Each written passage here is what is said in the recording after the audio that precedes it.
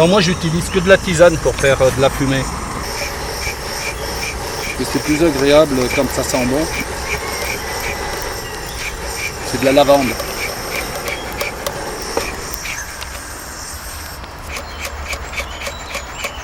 Sans ça, on n'approche pas des abeilles. Que je vais utiliser une ruchette parce que ce matin j'ai cueilli un essaim, je ne sais pas la grosseur qu'il a, mais je vais nettoyer une ruchette de manière à lui mettre du sirop, de manière à ce que je puisse le fixer dans cette petite ruchette. Et il va avoir tout l'été pour grandir et s'améliorer. C'est très important que le matériel soit très propre. Et c'est pour ça qu'on a l'habitude de brûler avant de mettre un essaim. On fait en sorte que ça soit propre, qu'il n'y ait rien qui puisse le polluer. Et la propolis est un antibiotique. D'ailleurs on voit tout ce qui est en marron là, c'est de la propolis. Et elle cueille ça sur les bourgeons. Et ça leur permet d'aseptiser la ruche.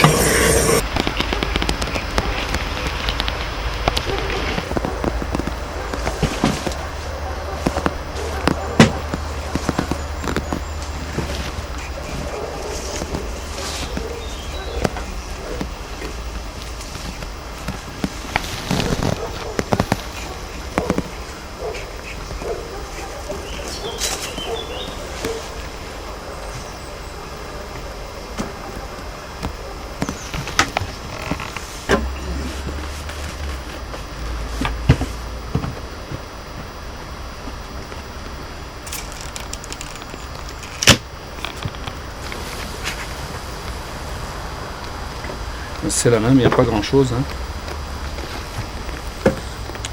Il y a eu du vent du nord, il a fait froid.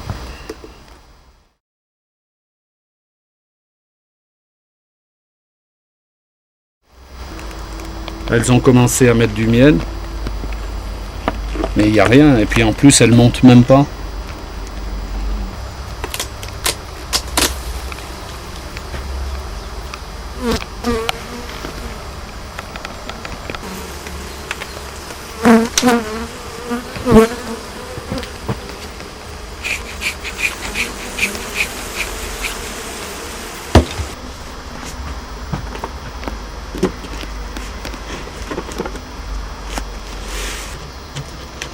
Et ça c'est un essaim qui a essaimé au printemps.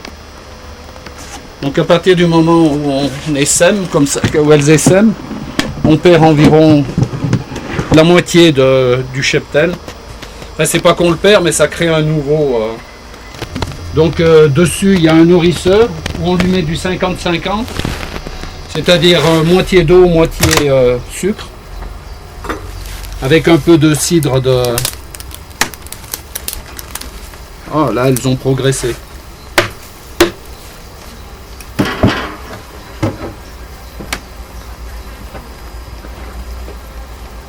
Là elles étaient sur 3 cadres quand je les ai récupérées. Pour les faire travailler, on va leur mettre à construire ce cadre. Lorsqu'elles font 1 kg de cire, elles pourraient faire à la place 6-7 kg de miel. Mais il faut bien qu'elles construisent les alvéoles. Donc ça, on leur donne du travail. C'est un essaim qui est préparé pour qu'il passe l'hiver.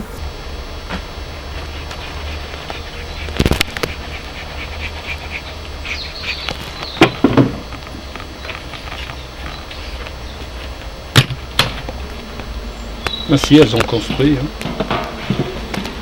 Ainsi elles ont construit.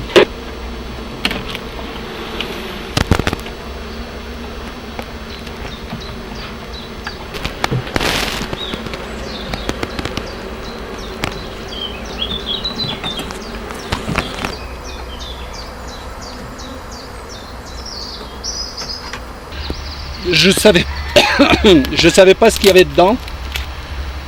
Mais je m'attendais à un tout petit essaim parce que je l'avais laissé chez des personnes.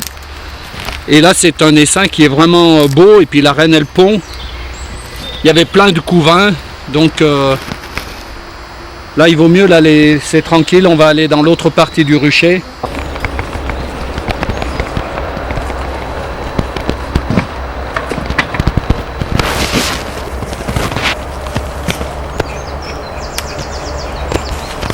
En fait, quand on en fume comme ça les calme parce que elles ont une réaction qui fait qu'elles se gorgent de miel.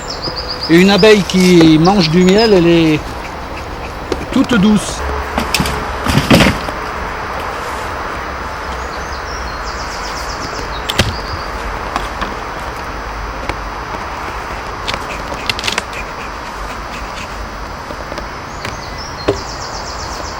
Bon, là, elles ont un peu mieux travaillé. Mais il n'y a pas grand chose. Hein. Là, il y a 4 rayons avec du miel. 3 rayons. Là, c'est un nouvel essaim. C'est un essaim que j'ai cueilli à Saint-Cyprien.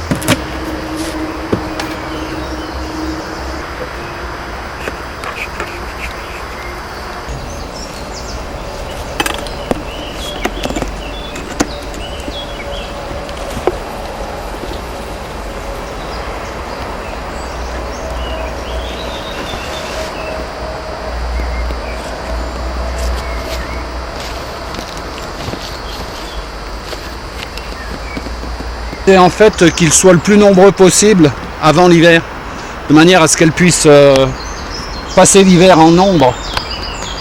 Donc là j'ai 3 et 3, 6, 7. Elles n'ont pas construit grand chose, mais je vais quand même remettre un autre.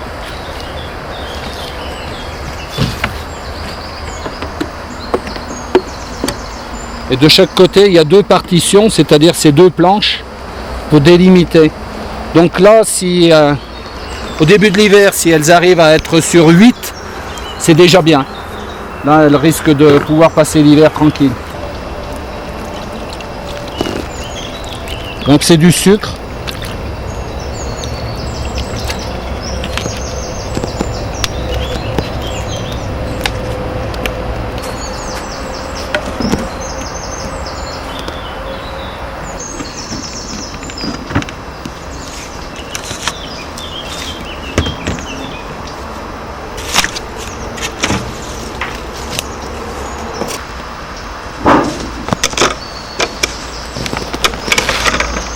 Là aussi, c'est un essaim que j'ai ramassé cette année.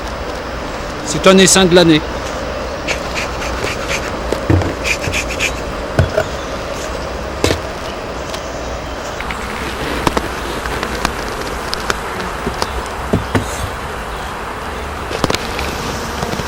Ah, il est tout petit, hein.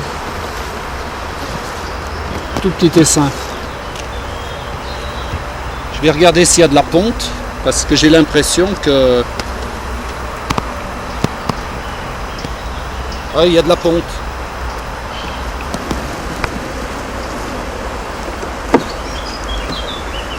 Quelle bâtisse.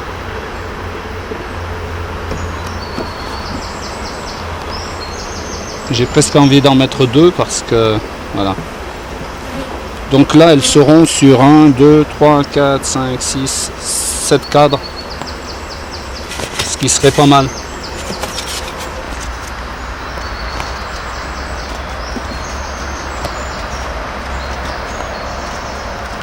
En tôle comme ça et qu'il fait très chaud, ça apporte trop de chaleur sur la ruche. Donc de ce fait, je mets un peu de polystyrène, ça isole légèrement et voilà. Là je vais revenir les voir dans 1 mois et demi. Même si elles n'ont pas beaucoup travaillé, comme il va faire très chaud maintenant avec le mois de juillet et le mois d'août, elles auront un peu plus d'air. Et puis au cas où il y ait de la floraison.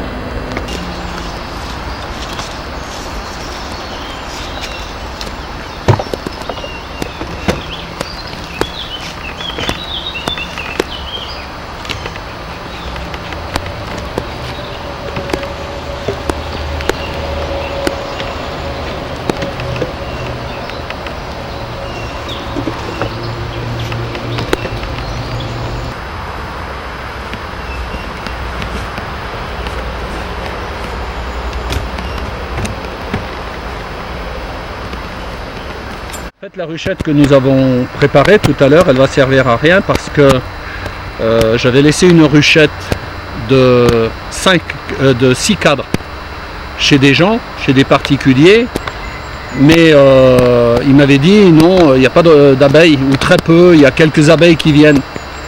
Et là, en ouvrant, je viens de découvrir qu'il y a un bel essaim et que la reine, elle a pondu et que vraiment, c'est un essaim qui va produire. Le problème, c'est que c'est à moins d'1 kilomètre. Normalement, j'aurais dû l'emmener au moins à 3 kilomètres. Et donc là, eh bien, on va voir si elle reste.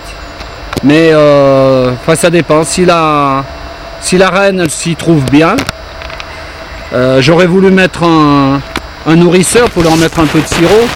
Et là, c'est la même. J'ai un nourrisseur pour celles qui ont 5. Et en fait, lorsque j'étais à la retraite, j'ai eu envie de me lancer dans l'apiculture. Donc j'ai contacté le syndicat d'apiculture de la Loire, où il y a à peu près chaque année une vingtaine, une trentaine de stagiaires. Ils donnent des cours. C'est tout l'hiver, tous les samedis. Bien, l'hiver, il faut préparer le matériel, nettoyer le matériel. L'apiculture demande beaucoup de propreté, il faut tenir le matériel propre et donc il faut tout préparer l'hiver. Et ensuite, au printemps, il y a pas mal de travail pour faire la visite des ruches, voir l'état sanitaire. Et ensuite, l'automne, il faut préparer l'hivernage. C'est-à-dire qu'il faut que les abeilles aient suffisamment à manger. Les abeilles ont un rôle très important, surtout pour la pollinisation. Les gens pensent que c'est particulièrement pour le miel. Le miel, on pourrait s'en passer, mais la pollinisation apporte 20 à 30% de rendement en plus et permet justement cette pollinisation. Autrement, on ne mangerait que du blé ou de l'orge. La menace, c'est le mode de vie actuel. Le monde a changé en une génération. Tout a changé, les abeilles ne sont pas vraiment les bienvenues, bien que maintenant on fasse des efforts pour les attirer dans les villes, parce qu'il se trouve qu'il n'y a pas de produits qui les tuent comme dans les champs, là où il y a des cultures à haut rendement. Si je regarde le syndicat d'apiculture de la Loire, il y a moins de 3% de professionnels. Et par contre, sur les 230, il y a donc 97% d'amateurs qui ont un rucher comme moi dans le jardin, 2-3 ruches. Mais quand on multiplie le nombre de ruches par le nombre d'apiculteurs de loisirs, eh bien, ça fait vraiment un effort important, d'autant que ceux qui ont une ruche, c'est comme s'ils ont un animal domestique, ils en prennent soin. Alors qu'un professionnel, c'est un peu différent, bien que lui, c'est son casse-croûte. Donc l'apiculture de loisirs est un mode de fonctionnement qui protège l'abeille. Il y a bien sûr plusieurs syndicats nationaux qui œuvrent et qui travaillent avec le gouvernement, avec les gouvernements successifs. Il y a eu des avancées importantes pour essayer d'interdire tous les produits qui nuisent. Par exemple, dans la Loire, on est arrivé à 0 phyto, ça veut dire que la Loire est protégée à ce niveau. Sur le bord des routes, les cantonniers ne mettent pas de produits qui tuent les abeilles. Et ça, c'est une avancée importante. Il y a encore beaucoup à faire. L'UNAF, par exemple, développe un système qui s'appelle l'abeille sentinelle de l'environnement. Et c'est avec le parrainage de grandes entreprises.